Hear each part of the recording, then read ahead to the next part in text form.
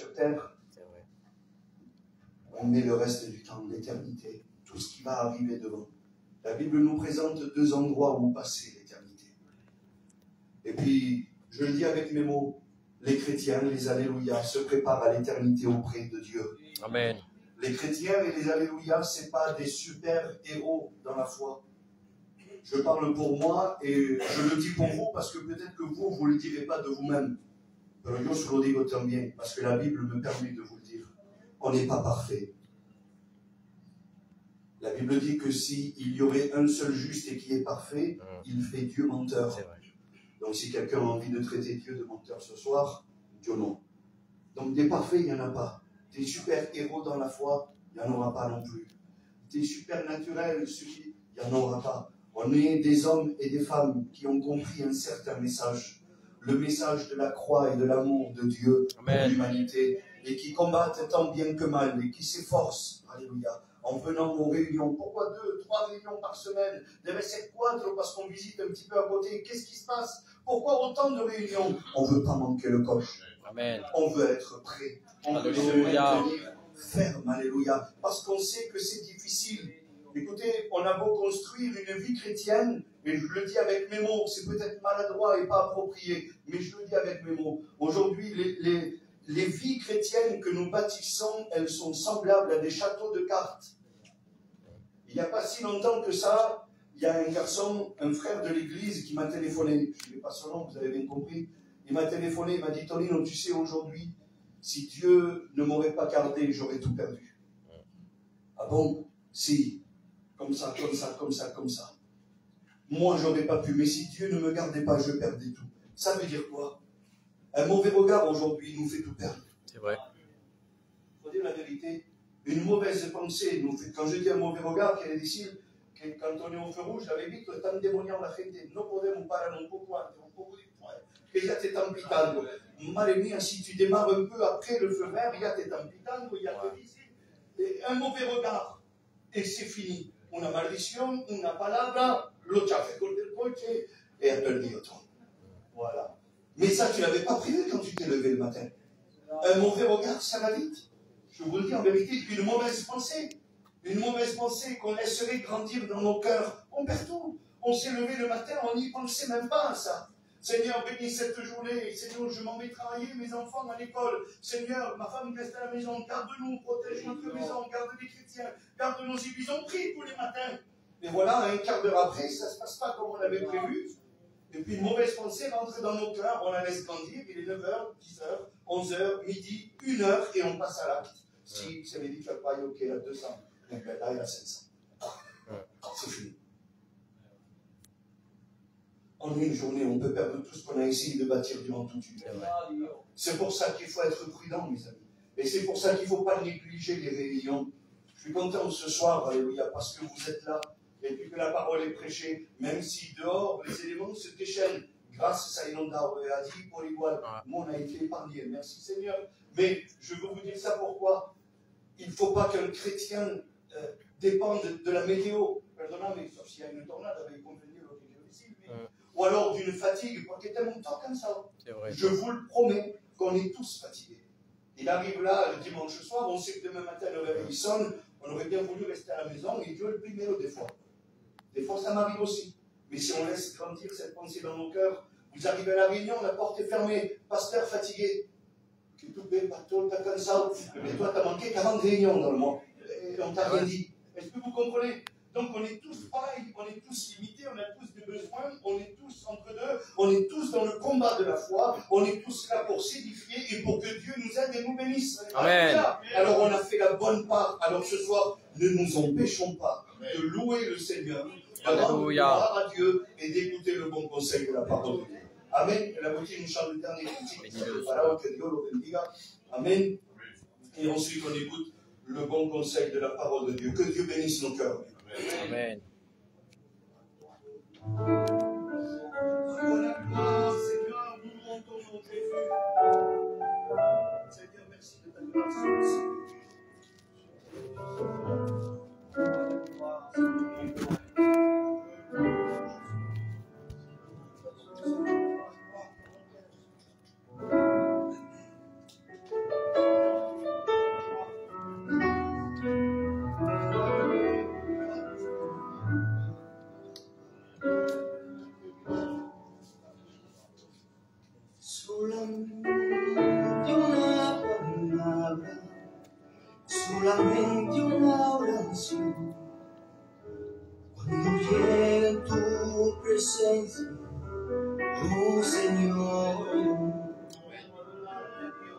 importa qué lugar de la mesa que me haga sentar, o el color de mi corona, si la llego a ganar.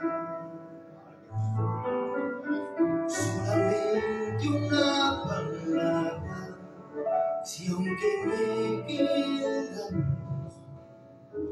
si logro articular tu presencia, no te quiero hacer preguntas, solo una petición. Ahora mucho mejor, solo déjame mirarte cara a cara y perderme como niño en tu mirada, y que pase mucho tiempo y que nadie diga nada, porque estoy viendo al maestro cara a cara. Que se haga mi recuerdo en tu mirada. Quiero amarte en silencio y sin palabras, y que pase mucho tiempo y que nadie diga nada, solo déjame mirarte cara a cara.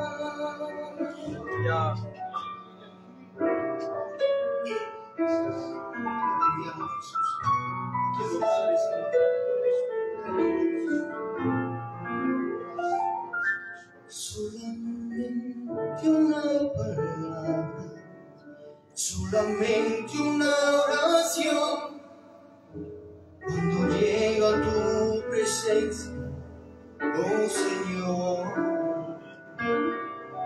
No me importa qué lugar de la mesa que me haga sentar, o el color de mi corona, si la llevo a ganar. Solo déjame mirarte cara a cara, aunque caiga rendido en tu mirada, derrotado en el suelo, aunque seguiré amando, aunque seguiré amando mi maestro. Cuando caigo en tus plantas de rodillas, déjame llorando pegado en tus heridas, y que pase mucho tiempo y que nadie me lo impida.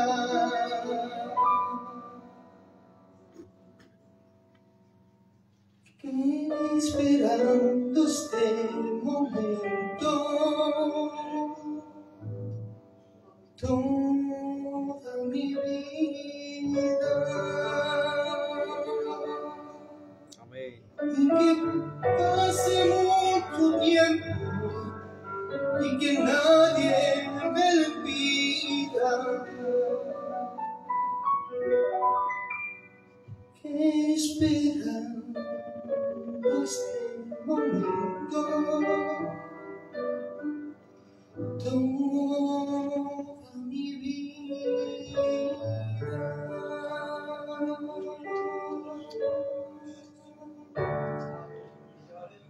Amén. Gloire à Dieu, amen. Amen. Merci à Dieu. Merci encore. encore pour cette réunion. Merci encore pour les bénédictions que le Seigneur a pour chacun d'entre nous. Amen. J'ai écouté l'ancien disait qu'il n'y a pas des supermans de la foi. Et il est vrai. Il est vrai, ça n'existe pas des supermans de la foi. Et puis, quand on regarde un petit peu la Bible, on peut voir que tout homme de Dieu avait une direction. Chaque homme de Dieu qui a été inspiré par l'Éternel était envoyé pour une mission spéciale. Et quand on parcourt la Bible de l'Ancien Testament au Nouveau Testament, chacun avait un rôle spécifique. Mais en réalité, chaque rôle se ressemblait tous. Ils prêchaient tous la même chose, la repentance. Ils prêchaient tous qu'il y avait deux endroits où passer l'éternité. Ils prêchaient tous qu'on avait le droit de vivre comme bon nous semble, mais qu'on n'a pas le droit de mourir sans Dieu. Et puis, c'est toute la Bible, ça. Et c'est ce qui se passe encore aujourd'hui, finalement. Pourquoi on fait des réunions? La réunion, c'est ni plus ni moins. Ce que tous ces hommes de Dieu ont fait, c'est d'apporter cette solution. Cette solution, et vous dire à chacun d'entre vous ce soir, et puis à moi-même, qu'il y a deux endroits où passer l'éternité.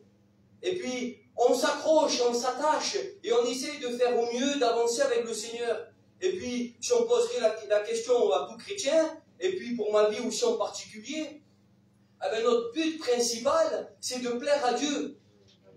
Et c'est normal. Mais là où j'ai envie de m'attarder un petit peu, c'est qu'un homme de Dieu, malgré qu'il n'est peut-être pas le héros de la foi, j'aimerais vous dire quelque chose de particulier ce soir. Un homme de Dieu, c'est pas n'importe qui. Un homme qui a reçu le Seigneur, un homme qui a reçu Dieu dans son cœur, un homme qui est passé par la nouvelle naissance, un homme qui se laisse conduire par Dieu, un homme que son regard est placé sous les regards de l'Éternel, un homme qui essaye et qui marche selon la voie de l'Éternel, c'est pas n'importe qui. Et là est toute la différence. Alors on a bien compris que si moi je ne suis pas un héros de la foi, il est vrai, mais celui qui habite en moi fait de moi quelqu'un de particulier, fait de moi quelqu'un de fort, pas parce que j'ai le mérite, pas parce que je suis un homme exceptionnel, non, parce que tout simplement je suis un homme qui a accepté Jésus dans ma vie. Et ça c'est toute la différence. Amen, gloire à Dieu. Alors sans plus tarder, j'aimerais vraiment rentrer dans le message que Dieu a déposé dans mon cœur. Et je vais être honnête avec vous ce soir, et le Seigneur connaît mon cœur. J'ai rien préparé. J'ai rien préparé, pas parce que je ne me suis pas mis à part. En vérité, je vous le dis, ma femme m'en est témoin. J'ai été toute la journée avec le Seigneur. J'ai fait de mon mieux, je me suis mis cantiques, j'ai prié le Seigneur, j'ai lu la Bible, j'ai lu des histoires. J'ai eu le temps. Contrairement à la semaine, mon cours, en vérité. Mais je n'ai pas réussi à structurer un message. Et en vérité, je vous le dis, c'est sans prétention aucune.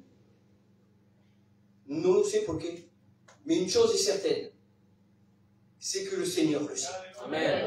Alors j'ai été confus un petit peu cet après-midi avec deux histoires. Et ces deux histoires de la parole de Dieu, évidemment. Et puis je vais pas ce soir vous faire un grand jeu. Moi je suis le petit serviteur de Dieu, le petit candidat qui sort de l'école biblique. Et puis j'aurais eu une facilité à vous prêcher autre chose en vérité. J'aurais pu vous prêcher autre chose. Un message où je me sens un peu plus à l'aise. Et puis j'aime bien évangéliser moi. Donc je me sentirai beaucoup plus à l'aise. Mais le Seigneur connaît toutes choses. Et si je n'ai pas construit mon message comme je voulais, c'est parce que Dieu avait un mot pour toi ce soir. Et puis ce soir, je le crois de tout mon cœur que je m'adresse à l'église du Seigneur. Je m'adresse à ces personnes, à ces femmes et ces hommes qui ont reçu le Seigneur dans leur cœur et qui vont aller en avant, qui veulent grandir avec Dieu et qui veulent se projeter dans un avenir pas mondain, mais un avenir avec le Seigneur. Parce que laissez-moi juste vous dire ça, vous avez un avenir en Dieu. Amen. Ne vous pensez pas que votre avenir est dans la terre ou dans le monde. Ça c'est beau, c'est l'ennemi qui vous fait croire ça. Mais la vraie avenir que nous pouvons y avoir ce soir, c'est en Christ. Amen, alléluia, parce qu'en Christ, Christ ne nous promet pas juste un avenir meilleur sur terre, mais il nous promet quelque chose de merveilleux. Il nous promet le ciel, là où la mort ne rentrera plus, là où les ténèbres ne feront plus partie de notre vie, là où l'angoisse ne fera plus partie de notre vie. C'est ça qu'il nous promet le Seigneur. Et puis quel magnifique projet il a le Seigneur pour nous. Moi j'aimerais le vivre en vérité. Et puis j'aimerais rentrer surtout, amen. Et pour ça, j'aimerais juste, avant de lire un texte de la parole de Dieu, vous faire part de quelque chose important aussi ce soir. C'est que le cheminement de Dieu n'est pas si simple. Et ça, je bénis Dieu parce que l'ancien, en parlant, a ouvert un petit peu mon esprit encore davantage. C'est que la marche du chrétien, eh ben, elle n'est pas si simple. Elle n'est pas facile. Alors oui, un homme de Dieu, c'est terrible quand il reçoit Jésus. Mais c'est dur à tenir et à marcher. C'est pas si simple en vérité. Et puis ce soir, le Seigneur a permis de me mettre une pensée dans mon cœur pour toi ce soir. Pour te faire part de quelque chose de magnifique en vérité. De te dire ce soir, ne vous inquiétez pas. Le serviteur ne va pas juger. Je ne vais pas vous juger, vous apporter un jugement sévère ou quoi que ce soit. Je vais vous apporter une solution à votre vie. Amen. Mais je veux aussi vous faire part de quelque chose. C'est que si moi je suis grand, si Dieu est grand, si Dieu a la capacité de tout, il y a quelqu'un d'autre aussi qui est puissant. Et c'est l'ennemi de nos âmes. Si le Seigneur voudrait te voir ici ce soir, amen, eh bien laisse-moi te dire que l'ennemi, lui, n'est pas content. Si aujourd'hui tu as reçu le Seigneur dans ton cœur, si aujourd'hui tu prétends être une femme et un homme de Dieu, laisse-moi te dire que l'ennemi n'est pas content. L'ennemi, ce qu'il voudrait faire, c'est de t'écarter le maximum de la volonté de Dieu. Amen. Parce que lui, finalement, son jugement, il y est déjà. Il sait où il va. Mais il sait que toi, tu as une solution. Il sait qu'entre les mains de Dieu, tu deviens une personne puissante. Amen. Gloire à Dieu. Alors, sans plus tarder, je vais faire une lecture et je vais vous encourager à chacun ce soir. En vérité, si Dieu le permet, essayez de faire la lecture chez vous tranquillement parce que la lecture elle est super longue et puis je ne pourrai pas la lire complètement parce que si je la lis complètement je prendrai trop de temps, mais je vais essayer de la brosser un petit peu avec vous pour essayer de vous faire comprendre la pensée que Dieu a mis dans mon cœur. Et pour ça j'aimerais vraiment que vous lisiez le livre de 1 Roi au chapitre 13. Amen. C'est une lecture qui est merveilleuse, riche en enseignements. Et puis, si vous la lisez complètement, vous allez voir que l'histoire, elle est dramatique, mais là. C'est une histoire elle a une fin qui n'est pas terrible. C'est une histoire qu'à la fin, on ne comprend pas tout, mais là. On pourrait se poser 40 questions. Et puis moi, c'est pour ça que j'ai eu du mal aussi à structurer mon message cet après-midi. Parce que dans mon cœur, il y avait quelque chose qui me faisait, mais l'histoire, elle est dure. L'histoire, elle est compliquée. Et puis, qu'est-ce qui se passe? Et puis là, le Seigneur a parlé dans mon cœur. Il m'a dit, mais Alphonse, cette histoire que tu es en train de lire, elle a une grande importance pour ce soir. Ce soir, ce que je voudrais, c'est mettre en garde mon Église. Ce soir, ce que j'aimerais, c'est faire part à mon Église de comment se comporter et les pièges que l'ennemi pourrait leur mettre devant eux pour leur éviter justement certaines choses. Il est là le message. Et puis je me suis dit, alors Seigneur, je me laisserai diriger. Et puis on va faire la lecture et je vais prendre la lecture au verset 1er. La Bible nous dit ainsi, voici un homme de Dieu arriva de Juda à Bethel par la parole de l'Éternel. Pendant que Jéroboam se tenait à l'autel pour brûler des parfums, il cria contre l'autel par la parole de l'Éternel. Il dit, autel, autel, ainsi parle l'Éternel. Voici, il naîtra un fils à la maison de David. Son nom sera Josias. Il immolera sur toi les prêtres des hauts lieux, qui brûlent sur toi des parfums. Et l'on brûlera sur toi des ossements d'hommes. Et le même jour, il donna un signe, en disant, c'est ici le signe de l'Éternel. A parlé, voici l'autel se fondra, et les cendres qui au-dessus sera répandue. Amen. Alors je vais brosser un petit peu l'histoire parce qu'elle est très compliquée à la première lecture. Là, c'est un homme qui s'appelle Jéroboam. C'est un homme qui était parti de la main de l'Éternel. Pour des raisons quelconques, et c'est pas là le thème de mon message, mais en tous les cas, c'est un homme qui est parti de la main de l'Éternel. C'est un homme qui vit à Bethel. C'est un endroit, si je pourrais dire ainsi, un endroit que l'idolâtrie régnait à cause de Jéroboam. Ce roi-là avait installé, si je pourrais dire, cette structure, si je pourrais dire ainsi. Il détournait un petit peu le peuple de Dieu vers l'idolâtrie. Ce peuple était complètement dans l'interdiction, était complètement dans le chaos le plus total finalement. Et puis c'est là où l'homme de Dieu rentre en jeu. C'est pour ça que je me suis permis de vous dire qu'un homme de Dieu, c'est pas n'importe qui. Un homme de Dieu, alors quand il est entre les mains de l'Éternel, il devient puissant. Et c'est ce qu'on voit là. C'est que Dieu va utiliser un homme. Il va utiliser un homme qui avait reçu l'Éternel, qui avait reçu sa parole, parce qu'il marchait dans l'intégrité, parce qu'il marchait par la foi, parce qu'il croyait, parce qu'il était fort. Et puis Dieu va se permettre de l'envoyer. Il va l'envoyer directement à Bethel. Et puis quand il arrive là-bas, cet homme de Dieu doit confronter ce fameux roi. Et puis on pourrait se dire, Alphonse, c'est quand même compliqué, parce que finalement, quand on voit la lecture et quand je vous l'explique, il vous semblerait normal, un homme de Dieu, plein d'esprit, capable d'aller affronter avec ce fameux roi. Oui, mais à cette époque, il courait un grand danger. Et mais là, il courait un grand danger. C'était pas n'importe qui venait face au roi et imposait certaines lois ou certaines choses. Ou lui dire clairement, non, ne te comporte pas comme ça, il ne faut pas que tu fasses ainsi. C'était quand même, c'était dramatique. Mais non, la parole de Dieu, elle est formelle. Cet homme-là va prendre le devant. Il ne va pas avoir peur. Il va arriver devant le roi Jéroboam.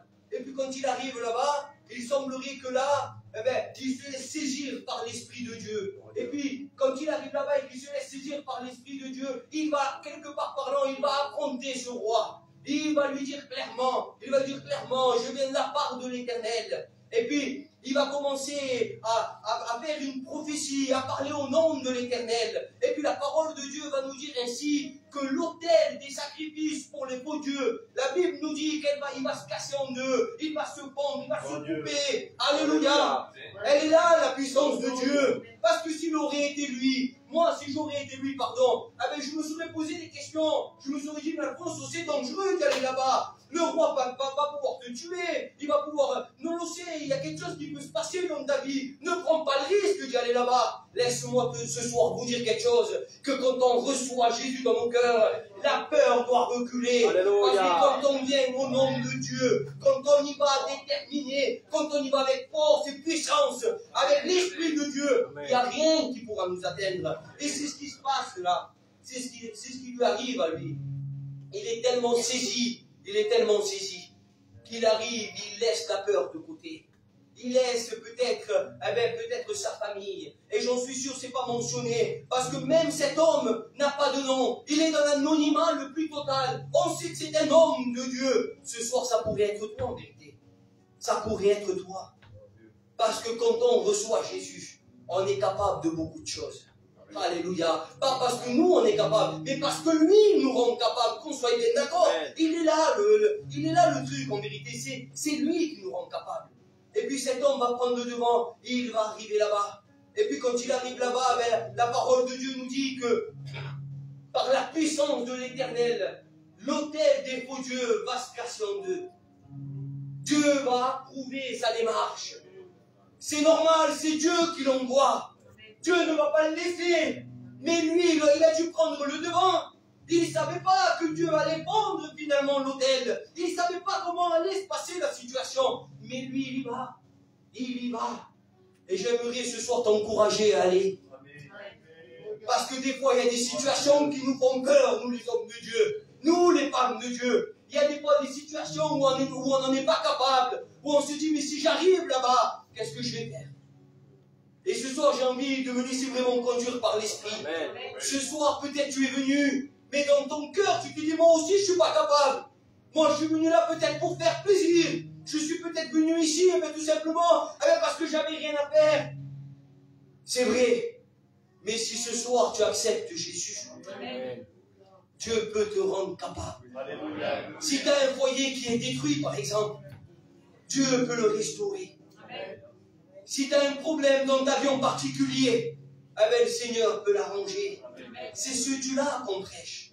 Et ce n'est pas le thème de mon message, alors je vais continuer. Mais je bénis Dieu parce que Dieu est bon. Amen. Dieu est bon et il nous le rappelle chaque jour, chaque moment, à travers sa parole, que le Seigneur est bon. Amen. Alléluia.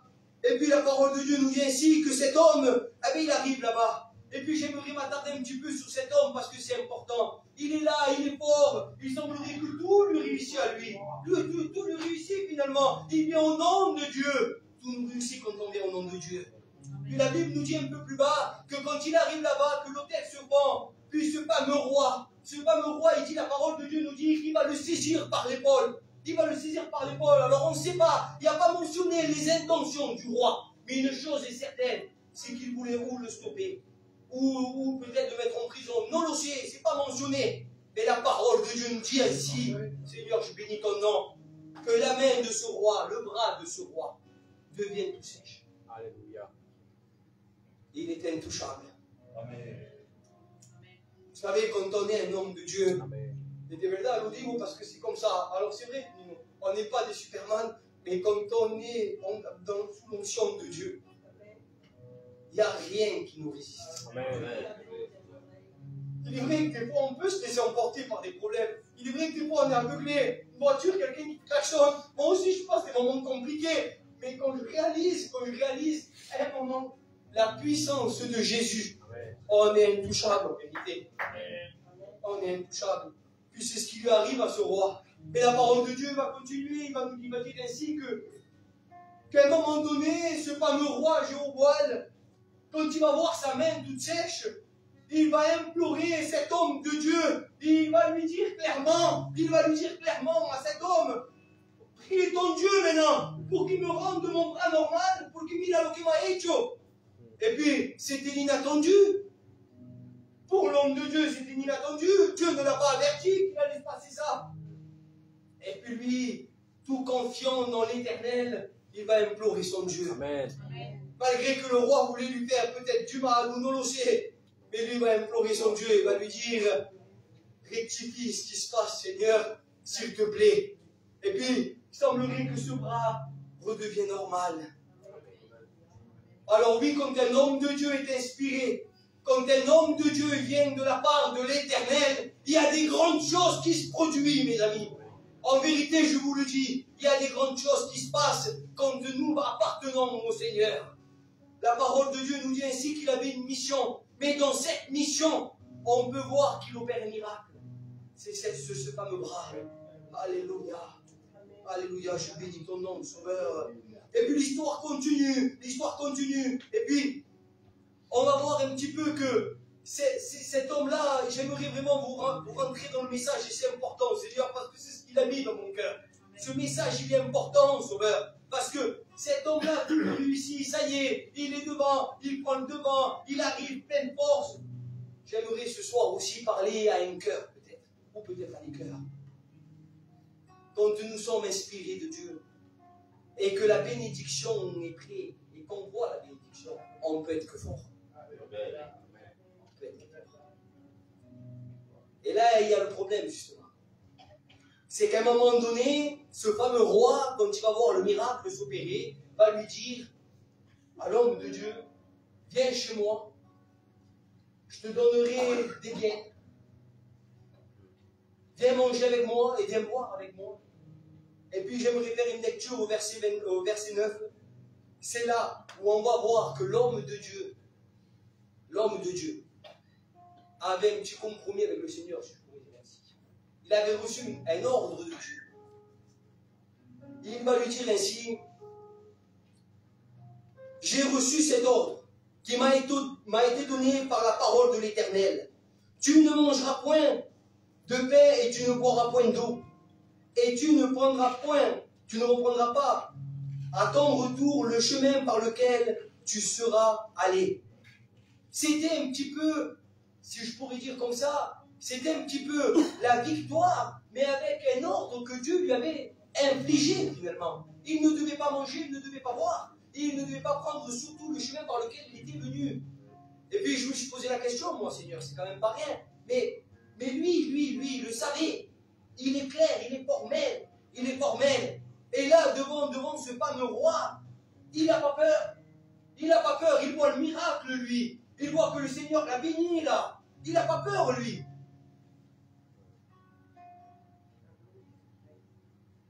Vous savez, quand on est fort dans le Seigneur, on n'a peur de rien. Quand la bénédiction est chez nous, il n'y a rien qui nous arrête. Rien. Et je bénis Dieu pour ça. Mais il aurait pu. Il aurait pu, ça y est, le miracle était fait, il aurait pu, lui. Il aurait pu. Mais non. Il reste dans l'obéissance. Alléluia. Alléluia. Et c'est là où le Seigneur m'a amené. C'est cette fameuse obéissance. Rester dans l'obéissance quand on est béni, c'est facile. Rester dans l'obéissance quand Dieu est présent et quand on voit des miracles, quand on voit avec des situations qui se sont bien passées parce que Dieu était intervenu, alors là, on y arrive à obéir, on y arrive à essayer d'être vraiment dans l'obéissance la plus totale. C'est ce qui lui arrive à lui. Mais la parole de Dieu nous dit qu'il va partir au chemin. Ça y est, sa mission est accomplie. Il résiste, il est fort, il est vaillant. Il refuse, si je pourrais dire, l'aimer de ce roi. Il refuse de se mettre à table avec lui. Il s'en va. Ça y est, sa mission est finie. Et puis la parole de Dieu va nous dire ainsi qu'il va être fatigué et qu'il va se reposer sous un arbre à son retour. Et puis, vous savez, l'ennemi,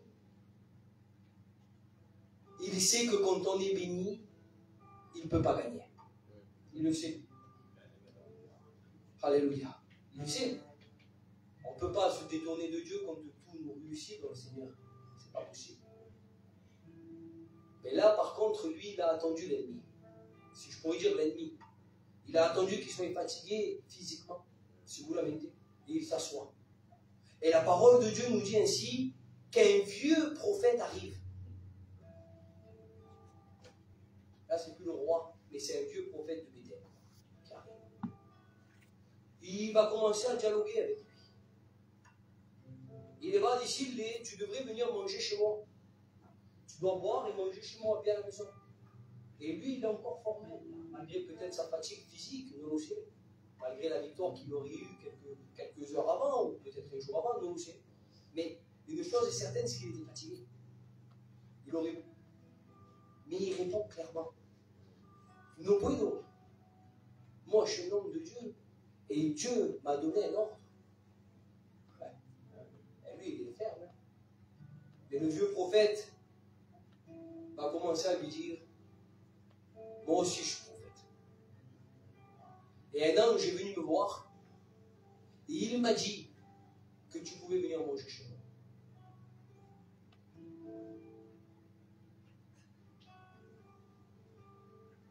Et là, ben, ça change toute la donne. Ça change toute la donne. Il semblerait que lui, dans son cœur, il y a quelque chose qui se passe. Et puis la parole de Dieu nous dit qu'il va y aller. Alors on pourrait se dire, Alphonse, il a arrêté de mal. C'est un prophète. Il a été mangé. Et puis Dieu va encore parler. Et il va lui dire, puisque tu m'as désobéi, à travers ce vieux prophète, puisque tu m'as désobéi, ah ben à ton retour, tu vas être tué par un lion. Quel jugement sévère. Quel jugement sévère. J'aimerais déjà, avant de continuer, excusez-moi si je suis un peu long, mais c'est vraiment ce que Dieu a mis dans mon cœur. Vous savez, quand on parle de la main de Dieu, on ne meurt pas physiquement parlant. mais on meurt spirituellement. Le lion nous représente quelque part par là celui qui attend. La Bible nous le dit, nous le mentionne comme le lion rugissant, savoir qui va se laisser dévorer. Alors quand on est dans la désobéissance, avec ce lion, ben, il vient nous manger, de nous dévorer. Et c'est ce qui lui arrive quelque part par là. C'est ce qui lui arrive. Mais la parole de Dieu va aller un petit peu plus loin parce que on pourrait s'imaginer un petit peu, ouais, mais Alphonse, qu'est-ce qu'il a fait de mal finalement? C'était un vieux prophète. J'aimerais être plus clair et je vais essayer de rentrer vraiment dedans ma pensée. Ces deux hommes, c'est l'homme de Dieu, le vieux prophète, représentent ni plus ni moins qu'une seule personne qui est avec le Seigneur mais qui se laisse conduire des fois par la chair. Parce que ce vieux prophète, c'est un petit peu chacun d'entre nous, ça. C'est quand chacun d'entre nous, on est capable de dire, le Seigneur ne veut pas que je sois là-bas, le Seigneur ne veut pas que je fasse ceci, le Seigneur ne veut pas que je fasse cela. Mais de temps en temps, quand on est fatigué, on est capable de dire, mais c'est pas bien méchant. C'est pas bien méchant, c'est un vieux prophète. Il semblerait que cet homme de Dieu aurait perdu, si je puis dire ainsi, une certaine vision. Il aurait perdu, si je pourrais dire comme ça, si je peux m'exprimer comme ça, il aurait perdu un petit peu quelque part ce qu'il avait reçu quelque part. Parce qu'il a dit juste avant, non, je ne peux pas aller chez toi. Mais il semblerait qu'il se laisse engrainer. Et puis à combien il est vrai qu'aujourd'hui l'homme de Dieu, l'homme et la femme de Dieu, se laissent un petit peu engrainer par la chair. Un petit péché, c'est pas méchant. Et Tony nous l'a dit, et j'ai aimé parce que c'est un petit peu ça, Seigneur. Tu pries pas trop le matin, tu te lèves, tu es un peu contrarié, il n'y a rien qui te réussit, un petit mensonge, Luc 200, 500. Il a tué personne. Il a tué personne. Mais à combien on rentre dans la désobéissance de ce que le Seigneur nous dit? Et franchement, ce soir, je n'aimerais pas essayer de mettre un fardeau sur chacun d'entre vous. Parce que ce n'est pas le but de Dieu en vérité. Mais en réalité, le but de Dieu, c'est de vous faire comprendre qu'un homme et une femme de Dieu, ce n'est pas n'importe qui. Et qu'il faut qu'on soit vigilant. S'il face à des grosses situations, parce que des fois le péché vient gros. On appelle des mauvaises paroles, une dispute, un truc. C'est un gros péché, ça on le voit, c'est vu d'œil, c'est à vue d'œil, c'est le but de tout le monde. Mais des fois il y a le péché de la chair, et que là personne ne voit. Et c'est celui-là le plus dur. Celui-là il vient subtilement, il se cache celui-là. Celui-là il se cache parce qu'il semblerait que c'est rien. Et puis, le Seigneur voudrait nous rappeler ce soir de quelque chose d'important. C'est que l'obéissance est valable dans tous les domaines. Il n'y a pas de petits et grands péchés pour le Seigneur. Au claro que yo, siendo hombre, ou el Tony, en tant que serviteur de Dieu, on peut distinguer quelqu'un qui va mal se comporter, et puis on sera là à se dire comment on va faire. C'est important, le cas Dieu, c'est à la vue de tout le monde. Mais à combien il est vrai, Tony, mon frère, qu'on ne sait pas ce qui se passe chez vous, dans vos cœurs, et quand vous êtes seul. Mais Dieu le sait. Amen. Alors vous savez, je veux faire peur personne, Seigneur, loin de là, mais face à des situations, des fois, il semblerait qu'on passe à côté de l'homme et de la femme de Dieu que nous sommes là. Parce que regardez de la puissance qu'il était, du miracle qu'il venait d'opérer, de ces autels avec des faux dieux qui venaient de casser en deux de la part de l'Éternel, avec la désobéissance rentre, c'est terrible. C'est terrible. Et remarquez bien que ça n'a pas été vraiment une embuscade de l'ennemi, mais là, ça a été subtil, ça a été tranquille, ça a été quand il s'est reposé, la Bible nous dit, quand il était posé sous un arbre, tranquillamente appellando. Peut-être que lui pensait encore à sa victoire. Peut-être que lui, dans son cœur, il se disait, Seigneur, c'est merveilleux ce que tu as fait pour moi. C'est merveilleux. Et puis quand le vieux prophète arrive, ça c'est la chair qui arrive. Le tien est âme, là. Bernard a été béni, t'es un homme de Dieu terrible. Mais là, aujourd'hui, attention des fois, regarde, c'est rien ça, les gros d'habitants. Viens manger avec moi. Ce soir, il faut vraiment faire attention. En vérité, je vous le dis de la part de Dieu. Ce que vous avez reçu, gardez-le. L'homme et la femme que vous êtes en Christ, gardez-le. N'attendez pas que l'ennemi, que le diable viendra vous effrayer par des grosses choses. Mais des fois, c'est à l'intérieur que ça arrive. C'est quand tu es chez toi, c'est quand tu es tout seul, c'est quand tu es fatigué de la chair, pas forcément spirituelle. C'est là où il faut faire attention. Mais je bénis le Seigneur. Parce qu'il est vrai que cet homme-là, lui, il s'est fait manger, si je pourrais dire, tué par le lion. Alors il a fait, je pourrais me dire, Alphonse, c'est triste ce que tu me racontes pour une dimanche. Mais je bénis le Seigneur parce qu'à travers cette histoire, il y a ce fameux vieux prophète qui est venu détourner, si je pourrais dire, le regard de l'homme de Dieu et le faire pécher. La Bible nous dit, par la suite, quand vous lisez cette histoire, que cet homme, ce vieux prophète, va analyser quelque chose. Il va s'entretenir avec ses enfants. Il va reconnaître quelque chose de particulier. Il semblerait que lui, dans son cœur, il regrette. Et il va dire, eh bien, vous savez, cet homme de Dieu est mort.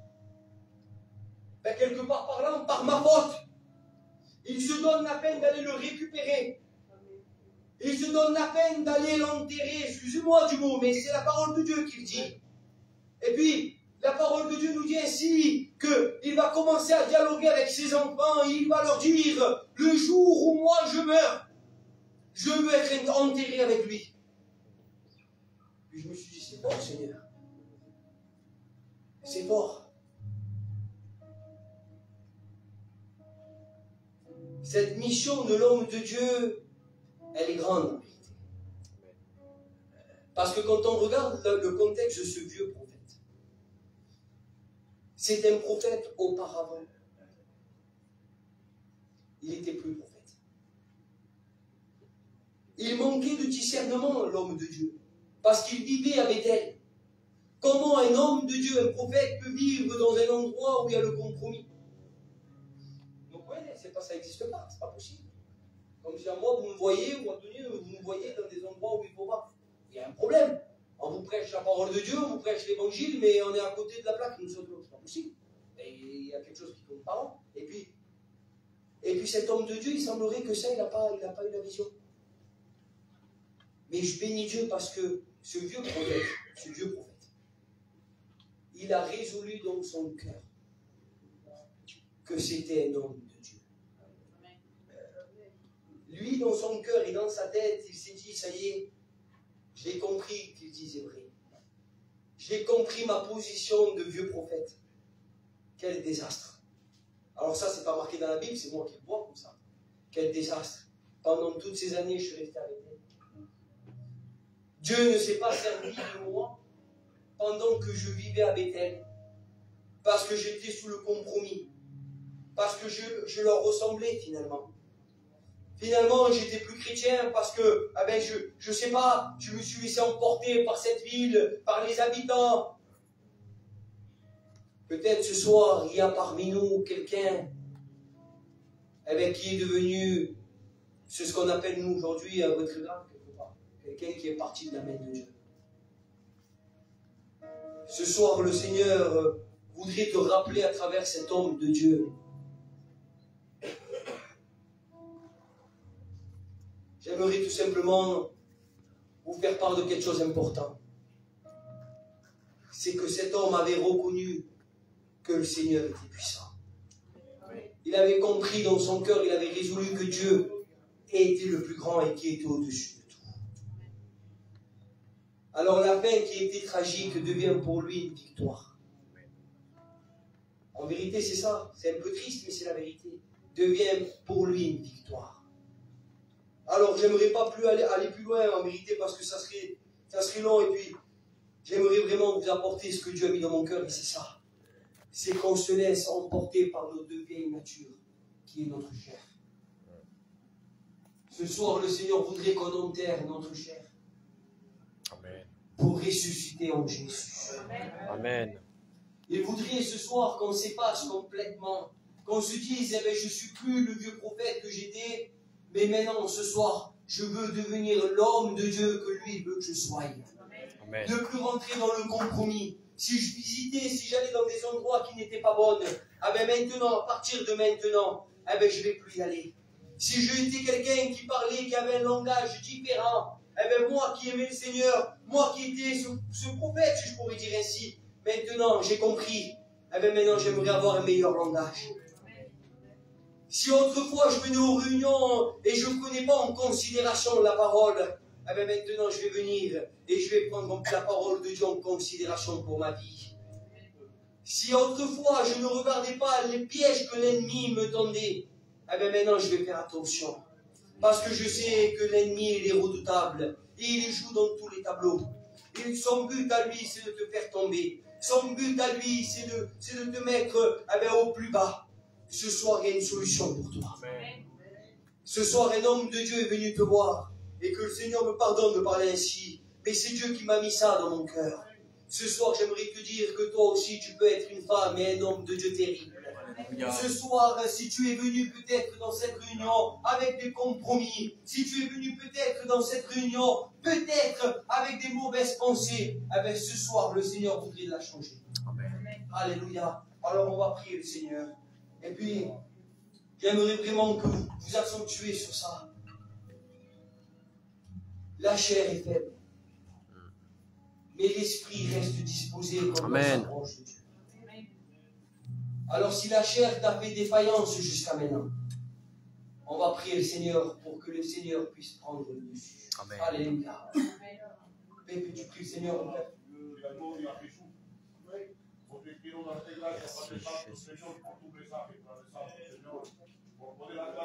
La vigilance.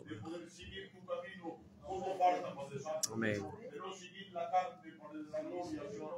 Y seguir tu voluntad, Padre Santo. A ti toda la gloria, Jesús. Te doy gracias.